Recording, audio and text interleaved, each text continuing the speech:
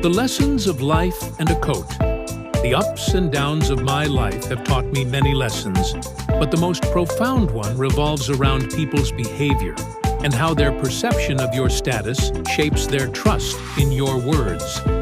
This story is about a coat, but behind it lies a bitter truth of our society.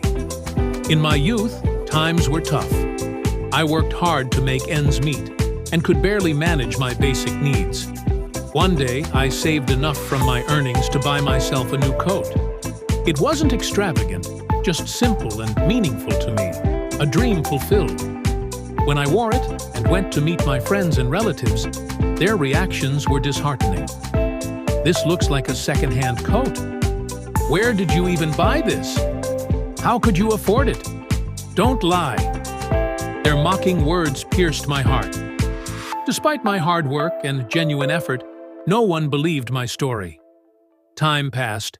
My fortunes changed as my diligence paid off, and I became a successful businessman. Financially stable, I had the freedom to buy whatever I wanted. One day, I decided to visit a second-hand market and bought a coat that was inexpensive, yet neat and durable. When I wore it and met the same friends and relatives, their attitudes had transformed. "This looks like a branded coat. Which mall did you buy it from? It must have cost a fortune."